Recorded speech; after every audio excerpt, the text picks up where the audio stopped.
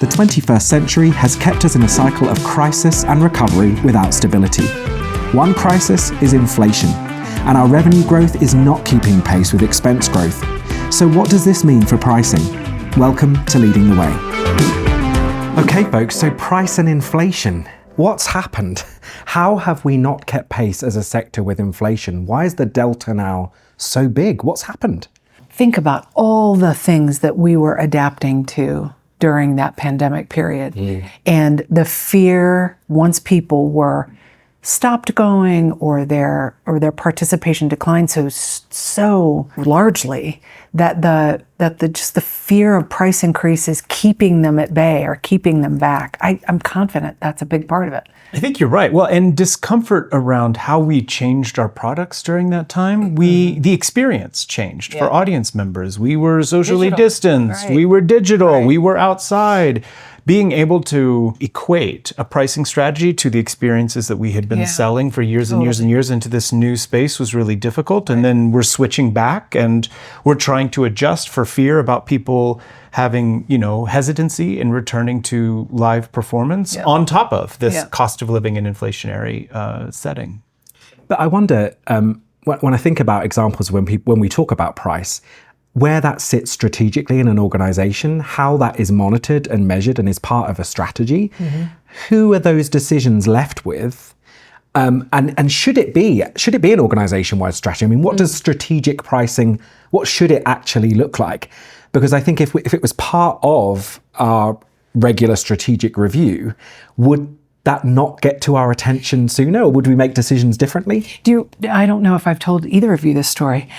Years ago, I was doing a getting to know you session that we call a preview day with a major symphony orchestra. And the board member was at this day, and he was the former CEO of Alcon, the a contact lens company, right? CEO. And he said, I would not let pricing decisions be made at Alcon without them being reviewed on my desk, because the impact of pricing had such a big impact on our bottom line. So it just occurred to me when you asked that question that way, and what we see is that those pricing decisions are made by everyone from a box office person to a marketing manager in her space.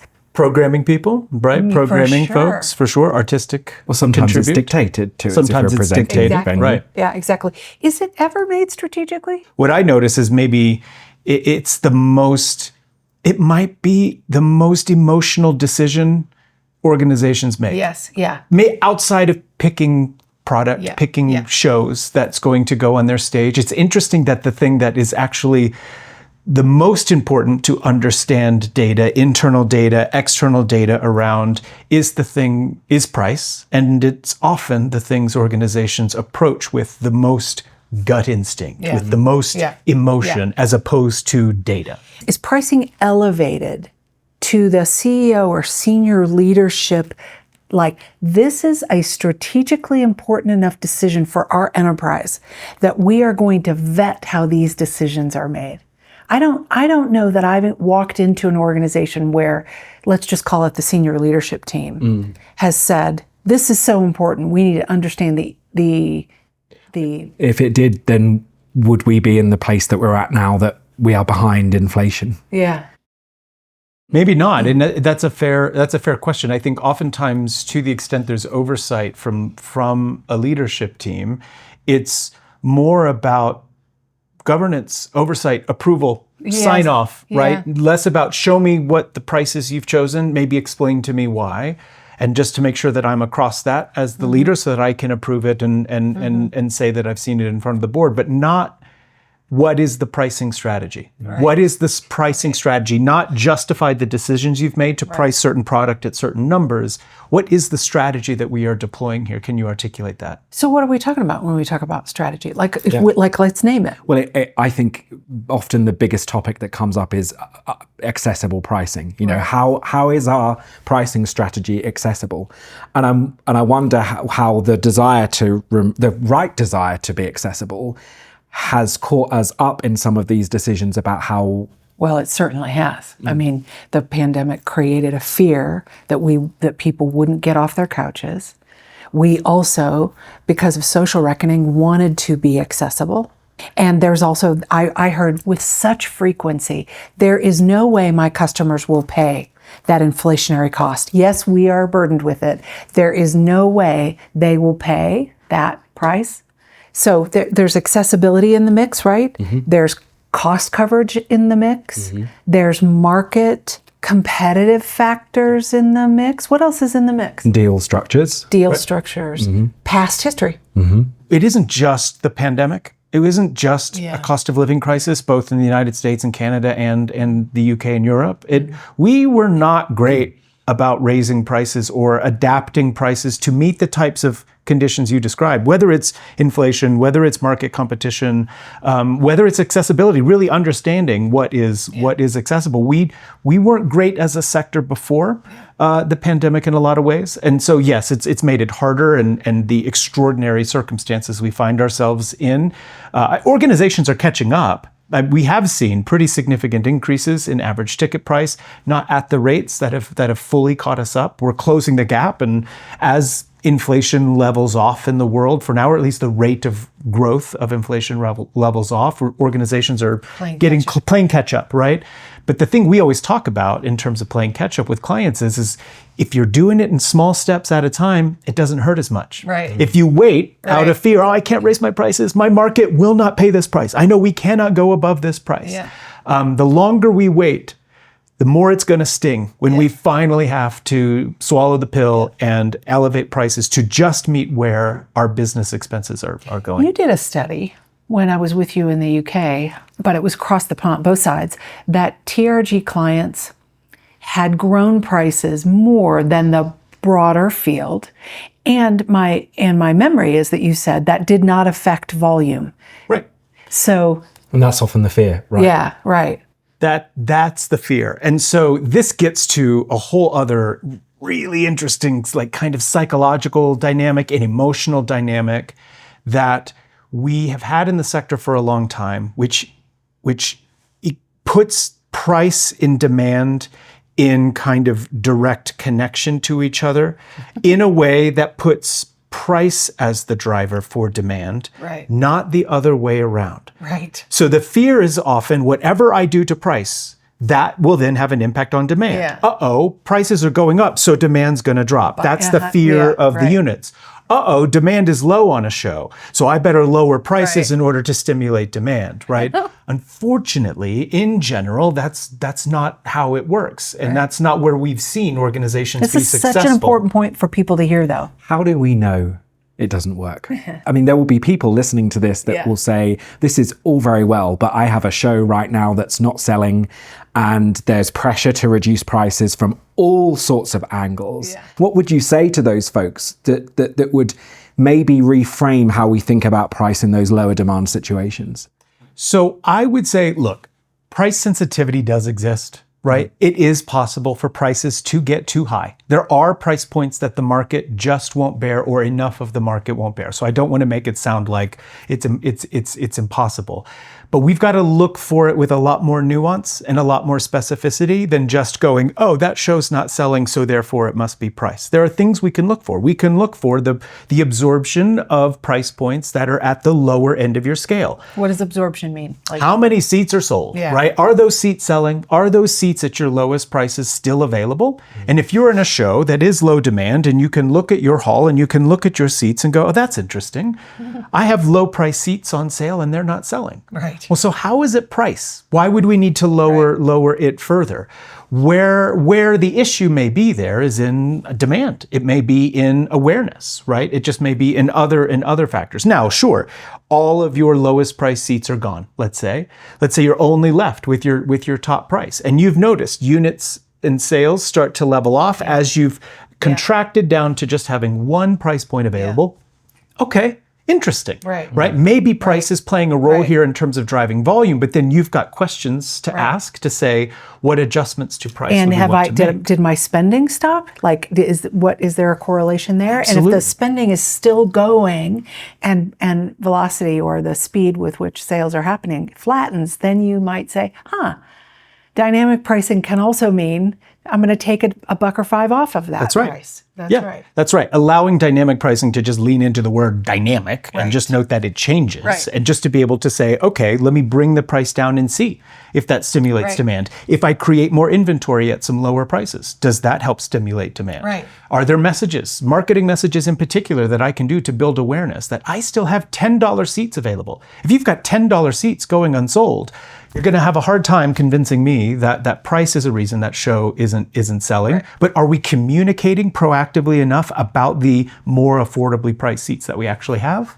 Those are questions. Listen to all that, right? I mean, I think sometimes marketing leaders or leaders in any post feel like pricing is a set it, forget it, or a set it and then I'm stuck, or a set it and then I'm worried, or I don't know. But all of this is something that has to be monitored all the time, and variables that have to really be studied and looked after. Well, let's talk about the other end of the spectrum then. That's when a show isn't selling. What about, are we focusing a lot on volume in those lower demand situations where actually should we be, focusing more on the opportunity to maximize revenue, ticket revenues, and perhaps even in a situation we're obsessed with whether we're going to sell out or not, but actually should we always be focusing on maximizing per ticket revenue? How would that fit in your strategy if you were setting a pricing strategy in your own arts organization? One of the challenges we have in the sector, period, this was true before the pandemic, is this desire to measure our success by percentage of capacity sold. How close am I to a sellout? Am I pretty enough? Do you like me? And that is a false narrative. We have to establish demand levels for different programs and people, the people who will be attending them. Because for some events, our active patrons, subscribers, donors, multi-buyers will be our core audience, or it could be a different audience, but small in our market. And we need to be okay with that. And that is demand of a different sort. I remember, and then I'm going to hand the baton to the person who does it every day. I remember working with a major dance company in Canada, and they knew that. And that 2,200 seat venue was scaled for about 800 seats, and dynamic pricing up was done as demand filled into that 800 seat footprint, because we knew what demand would feel like on that orchestra floor, and we knew what the definition of success was. That, I think, is part of this answer. I think so. I think you can optimize average ticket price and per capita revenue in all levels of demand. In a low level scenario that we were describing just before, and I've seen this many times, we have more difficult to sell product. We have lower price seats not selling, but the seats that are selling in this lower demand product are often the highest price seats, the most in demand seats. We run out of the highest price seats in some cases in these lower demand settings, and all we have left are the low price seats. In which case, managing inventory strategically, like the dance company in Canada, can allow us to create more inventory at price points of the people who are interested in the show are willing to pay. So we can still optimize revenue in low demand as long as we, are okay with defining success for this particular type of product in a slightly different way than maybe we do in others. But when we're in high demand, we oftentimes take for granted that that's that high demand show. That, oh, good, I don't have to worry about that show. I don't have to think about optimizing price. It becomes the set it and forget it, where actually we leave money on the table by not looking for an optimizing price on the remaining inventory that we've got. Maybe that's about going up and maybe that's about going down, but it is about finding an equilibrium that allows you to get the most money per seat that keeps volume going, right? And that does require data, trial and error, and some willingness to experiment as you go. Learn. Exactly. What about the idea that in all demand situations, there needs to be a price for everyone, right? If we really want to balance accessibility along with maximizing ticket revenue, how really can we do that? Because it feels like that's a question that is never answered. I need to be accessible. And actually, when you look at, this is where the data often doesn't tell the story that we want it to, because new audiences typically have a higher average ticket price than any other segment. Yeah. And that's not just about the seats that are available on the plan or when they book. It's about the choice that they're making when they book and the decision about the value that they put on that experience. And also the perception that anyone that's coming that's never been to the theatre before, or the venue or event, whatever it may be, will only enter on a low ticket price. And or that particular segment of the market would only sustain this particular price. How can we really grapple this so that the rightful obsession around accessibility is there, and yet it doesn't hink us up in our strategy at maximizing revenue too? This is one of the things I'm most passionate about in our work, because I spent 15 years working in arts organizations before coming to work at TRG. And of course, I completely understand the passion with which our colleagues have about making sure that as many people as possible, regardless of their economic circumstances, have access to the amazing things that we're putting on our stages and our galleries and our walls. And yet, one of the things that we get a bit of a reputation for is like, oh, it's TRG, that's the dynamic pricing people. That's TRG, right, they're the price increase people. They're just going to put up all the prices and only focus on the top price, and that's all TRG really cares about. And one of the things that I have loved most about the work that we do with organizations has been those moments where in every case I can think of, we have created low price opportunities more than we have created high price opportunities. Oftentimes there's math behind this, right? Of course, that allows us to say, look, if you can push the top end of your scale up with the right number of seats, not for everybody in your market, but for enough people in your market, what that actually does, by putting a wedge between your top end and the low end of your price table, you can actually create more affordability at the bottom, to create price points that you didn't have before, to introduce inventory that is in desirable parts of the theater at prices you didn't have before. Or if you did have those prices before, they were very limited to thin slices of our community, right? Only youth, only people under 30, only people over 65, only people who meet these criteria are allowed access to these price points. Where we take an approach that actually says we want to create affordability for everyone. All the time. All the time. And market every it. show, market it, message it, make it clear, build awareness about it. But the reality about where those seats are, and I think this is, again, one of the things that's often a challenge for us, we scale houses differently. And there's a reason for that. We're going to talk about demand in another conversation. But often where those seats are placed, they don't sell because they're at a lower price. And often you look back at the data and say, look, actually before, maybe in a performance you were selling 15, 20 seats at this price, and those people were sat typically at the very back of the house, fine. Or at the rear of the balcony. But fine wherever they were, but there wasn't a volume of those selling. And so moving them strategically into a place that is visible but hard to sell, because there are spots in every house, more volume of seats are being sold at those prices. So arguably, that is having the effect that now that price point is being used strategically and being utilized. They were hard to sell because they were expensive. And when the prices changed, and they're typically up close, and the price value equation really changes when that kind of shift is made. So I'm emphasizing your point, but it's not like they were hard to sell when they were $99. And they weren't selling them all in the back before. Right? You had all of this inventory, it wasn't being utilized. Now we can help you find the right number of seats you need at a price point like that. We can put it in the right part of the theater. And the conversations I have with my clients all the time is, if that entry-level price, if those seats aren't selling, we're not doing our job. They have to sell. They have to sell every time 100%. Or you can't tell me that there's, price accessibility problems or there's price sensitivity. If we aren't selling every one of those seats all the time, they're not doing their job. So how do we fix that? Does that mean we've got too many of them now and we need to adjust it? Is the price too high on those? And let's bring them down. If we actually need to make sure that those seats, so that we find the affordability level that allows for those seats to be full all the time, because otherwise they're not doing the job that we're tasking them with. We've talked a lot about job descriptions and job descriptions for programming, yes, but there's job descriptions for our inventory as well, right? And so thinking about the job description of that most price accessible inventory, if it's not full, it's failing. So how high is too high? How do we decide? You know what Rick Lester would say?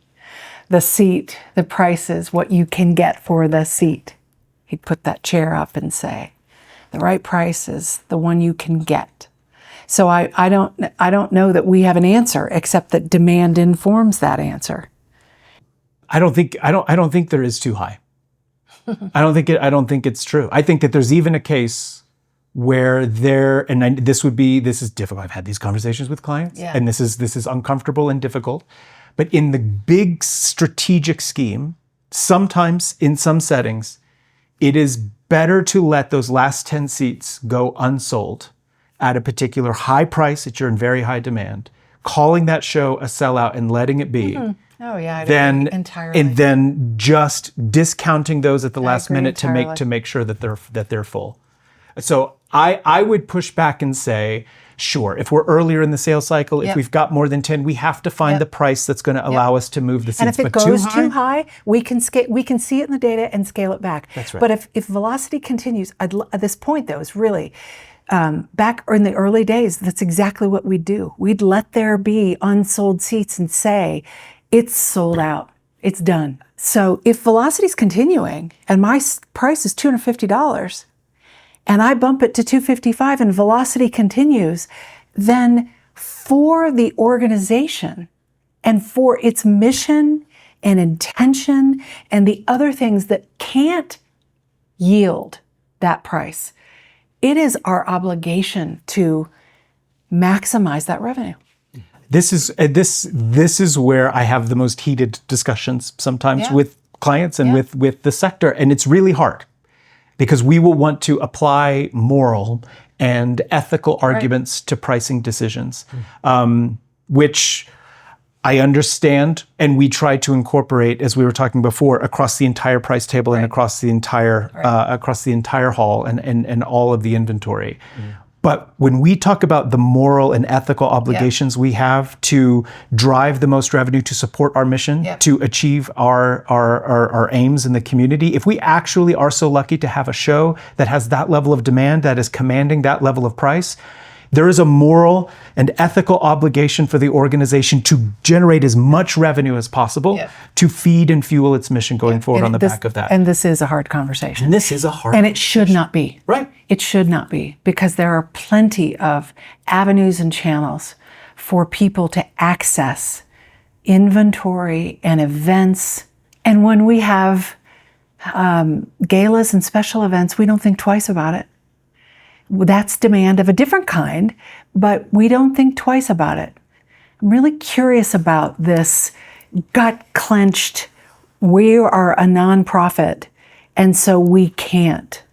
But we do. I think it's the thing also that we all are able to have an opinion on, because it's like everybody's a marketeer, right? Right. Because we are all impacted by price every day in our lives, and we all have different levels of elasticity in what we're willing to pay for things, and different values and all of the things.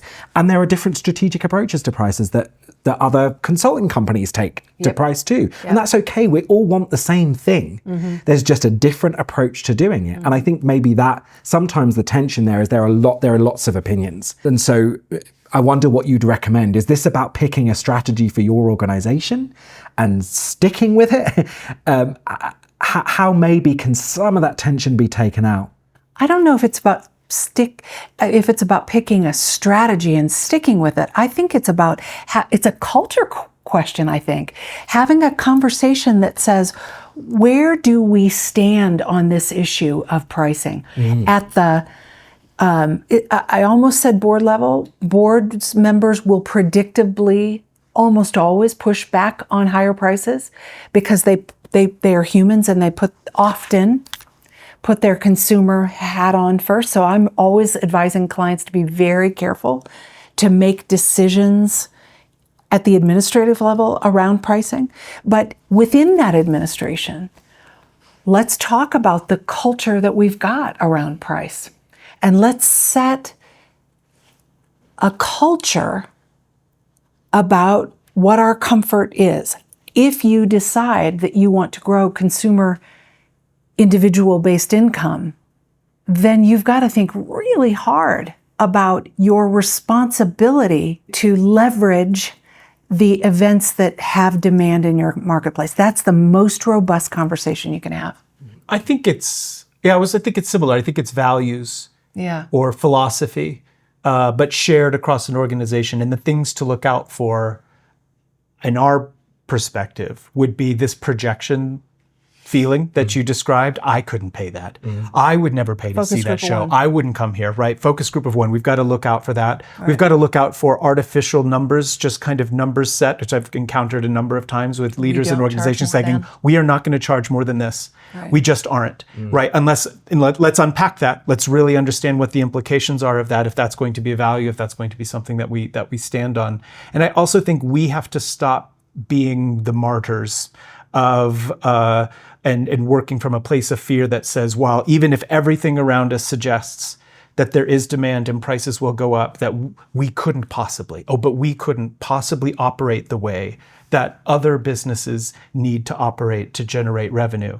We'll delay raising prices. We won't keep pace with inflation because somehow we can try to immune ourselves from these external factors, even though cost of plywood, cost of people, cost of everything else that goes into putting what we put on stage goes up. We try to ignore and disconnect the connection between the revenue and the expense. And the truth is that if we don't get this income this way, we have to get it philanthropically.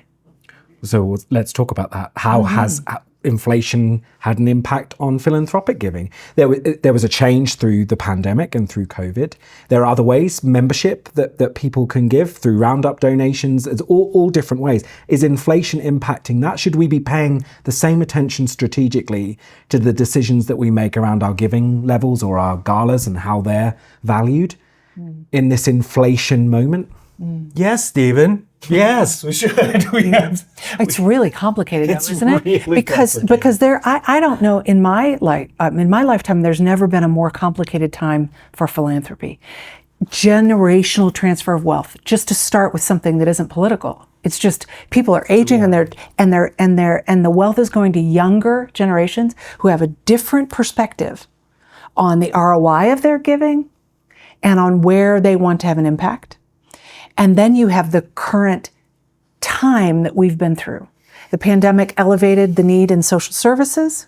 We were the focus for the first year, 2020, 21, but then things changed.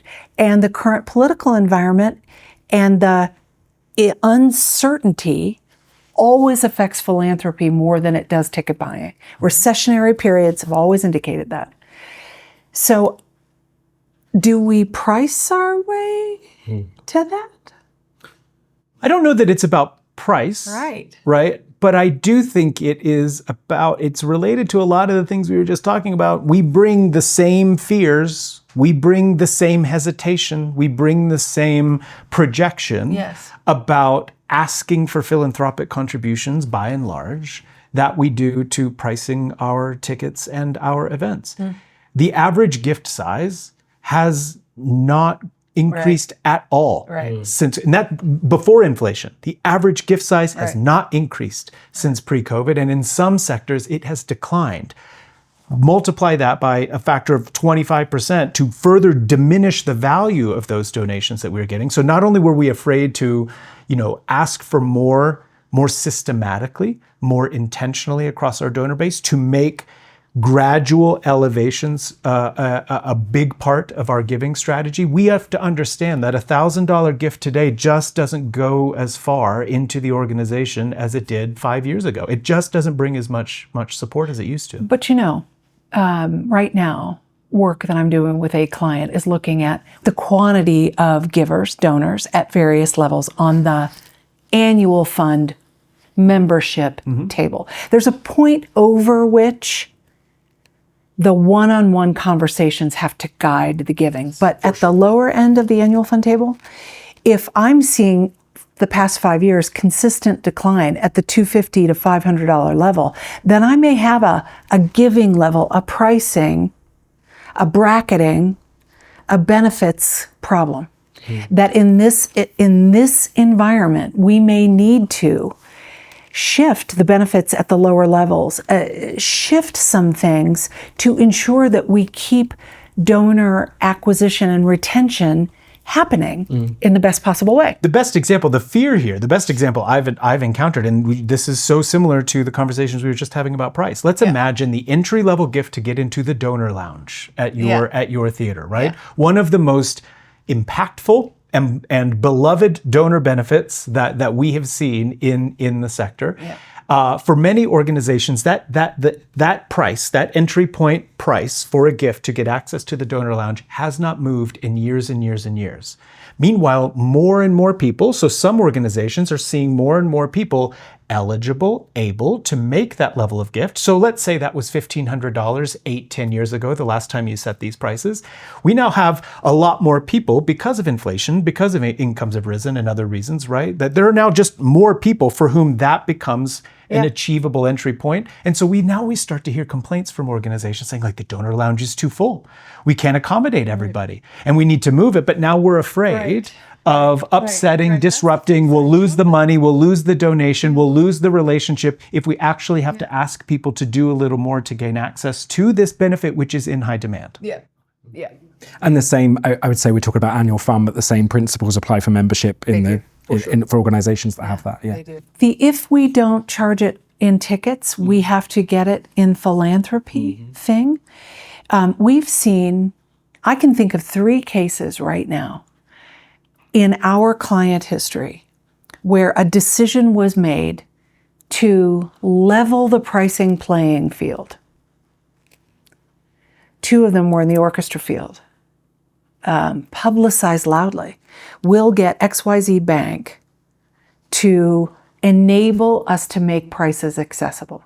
So we take all of the ticket prices on a single ticket basis and all of the per ticket prices for subscribers. No matter if I was paying $75 a ticket, XYZ Bank covers that delta and agrees to for 3 years. And I'm now my prices go back. And I'll tell you what, when we have seen that happen, inevitably the only consistent, count-onable result is that I have to raise more money to cover that gap, and we can't do it sustainably year on year on year because it creates very big structural revenue gaps. And so I think we have to be really careful in our sector about what we assume about what people will pay, how easy it is just to have price affect volume, or we're going to find ourselves in a world of hurt. And right now we cannot afford a world of hurt. We're already in a world of hurt. This sounds like a hot take, which is a great segue to our game, which is Hot Take Artists. And so I'm going to give you both some pricing strategies and models to get your hot take on. Welcome to Hot Take Artist with Brad and Jill. And joining us on the sofa is Mr. Eric Nelson, who is going to be our adjudicator. So what I'd like from each of you is a hot take on these pricing models or pricing strategies. It could be for or against, and Eric will decide who has the best hot take on that pricing model. The most sizzle. The most sizzle. Yeah. Prepare your sizzle reels. Are you ready? Yes. Okay, the first then is early bird pricing. Who wants to go first? Oh, I'll come in hot on this for a couple of reasons. Many organizations are afraid of underpricing or training audiences about low prices, and they will, but especially early, when in fact that's when they need to be using early bird pricing. Another really important element of early bird pricing is to think about blind renewals and blind subscriptions. Our organizations are often terrified about being able to sell a season until we know everything about that season. They don't think their patrons will join them on a journey of blind faith into the next season, when increasingly they will. They will come with you. A proportion of them will, and that can mean early money and improved cash flow into the organization. I love early. I don't love discounting, and I don't love associating it with price all the time. So when I think about early, I think about other incentives, access, and other benefits. I think too often we revert to price as an incentive. I love early. I don't love it being tied to price. Eric, who wins this hot take round? I'm going to agree with Jill on this one because it expands out of just price. Though Brad, honorable mention about the different pathways in which to use early and expand that. So they're both kind of winners, but Jill's the most sizzly on this one. Okay. Next hot take. Pay what you want. Oh, God. Can I go first? Yeah. I don't mean to have a tone, Have a tone. It's a hot take, Jill Robinson. but I've got a tone about this. If we price strategically, we will have prices that enable people to come with their wallet in the right slot, so to speak. And pay what you can suggests that it puts us in a almost like we're begging for your participation. And I don't think that's the right posture for our businesses, for our products, period. I think we use these in the wrong way. I think we use pay what you can as a way to create an air of accessibility without actually thinking specifically about who are we inviting and why is pay what you can the right thing for a particular audience who we are targeting. We have seen it can work, but we often see folks, and it can work in terms of, yes, people will buy those tickets and they will show up to those performances, but we lean on it too heavily. It becomes a crutch or an excuse to create price accessibility for everyone without thinking about anyone really in detail. Okay, Eric, who wins this round? I'm going to give it to Brad because of the solutions orientedness, because people are probably going to keep using them. I appreciate Jill's take on that. But for those of you who are just going to keep trying, having the targeted approach is a really interesting thing. One price for all, where all seats are sold at one price to enable marketing at an accessible price point. I've got a hot take, and it's based on our experience.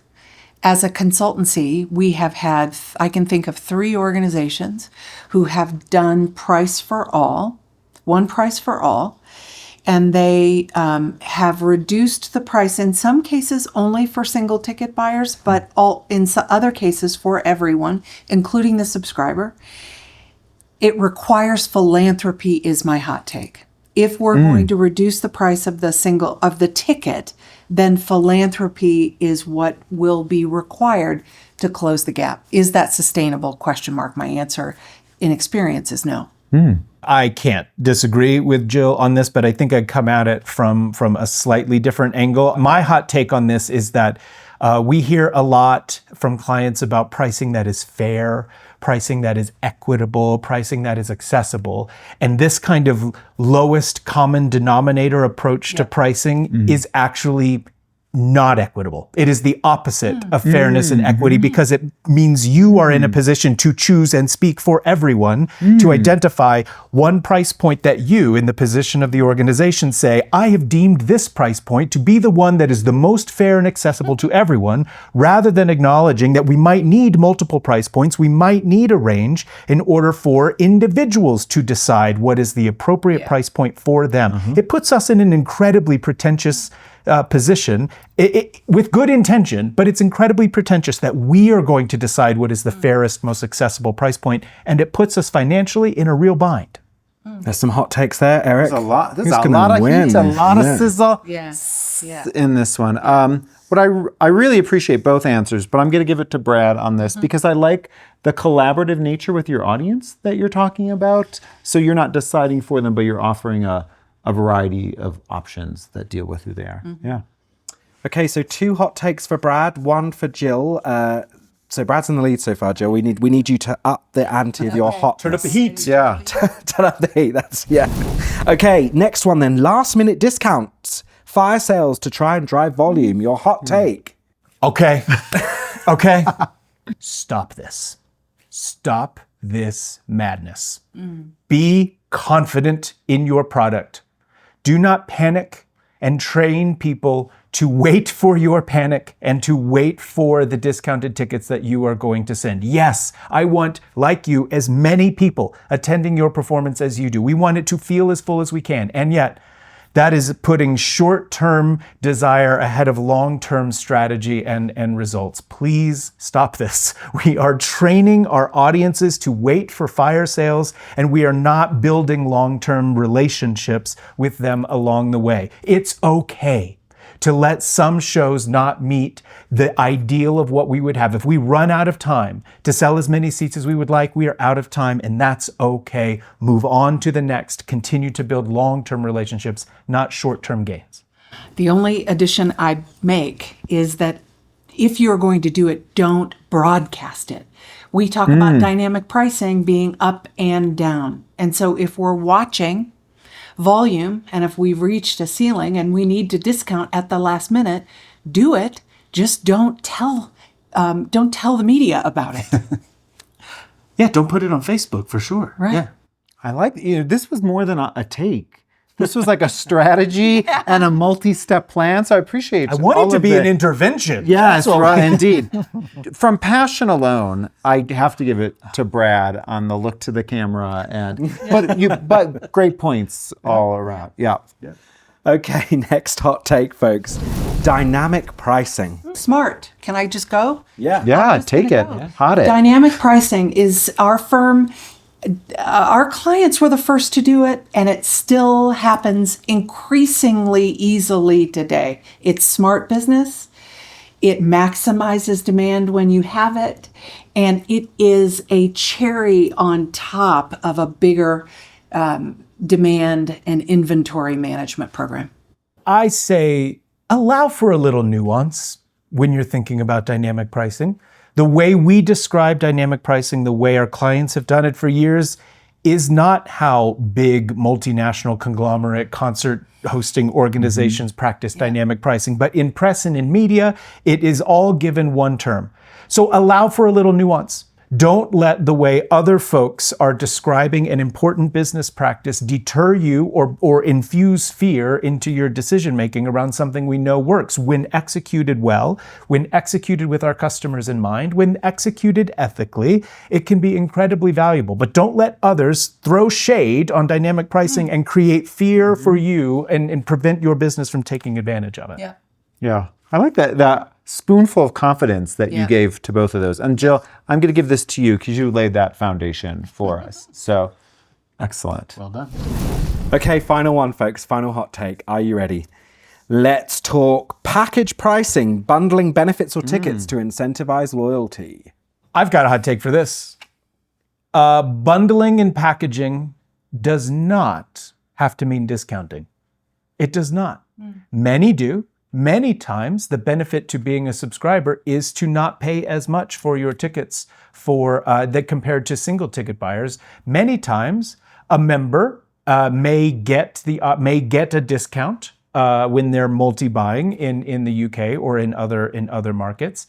However, that doesn't have to be the main driver of why we position multi-buying and packaging in front of our audiences. It can be about access. It can be about being the first to book, but not necessarily at a discount. It can be about access to certain parts of the theater, certain inventory that actually we don't want to discount, but in order to get access to this inventory, you must buy a certain number of events. Packaging does not have to mean discounting. I have a different take on this, which is that bundling is about frequency. So whether it's discounted or not discounted, bundling creates frequency of experience, whether it's a philanthropic bundle through an annual fund set of experiences or a ticketing bundle. And bundles are drivers of recurring revenue for our field. And bundles are a $1 trillion industry globally. The Subscription Trade Association talks about the power of recurring revenues, and bundles power recurring revenues. Powerful stuff on both sides. Man, Jill brought data. Yeah. So I think I'm going to, as the data geeks on the couch. I knew it. She brought numbers. Is Brad Carlin the winner? No, he's not the winner. You just got yourself a tie. We're tied. Yes. Tied. It is a tie between Brad and Jill. So they were some hot takes. I wonder what your hot take is. Thank you for joining us, and thank you, Brad, Jill, and Eric for being such a fabulous adjudicator. Pretty hot in Hot here. stuff, folks. Yeah.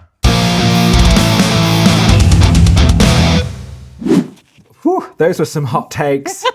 Okay, last question I've got for you both. Is our real challenge pricing? And if it's not pricing, what is it? I don't think it's pricing. I think it's how we define success on an event by event basis. And some of them will be sellouts and we enjoy that. And our debate will be how high should that price go? But the sticky wicket gets stickier when it's middle demand or low demand. And then we're looking for something to blame.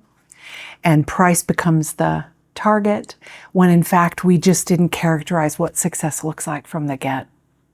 Yeah, I think that's right. I'd add, it's for me, we let emotion drive our pricing strategy too often. Yeah.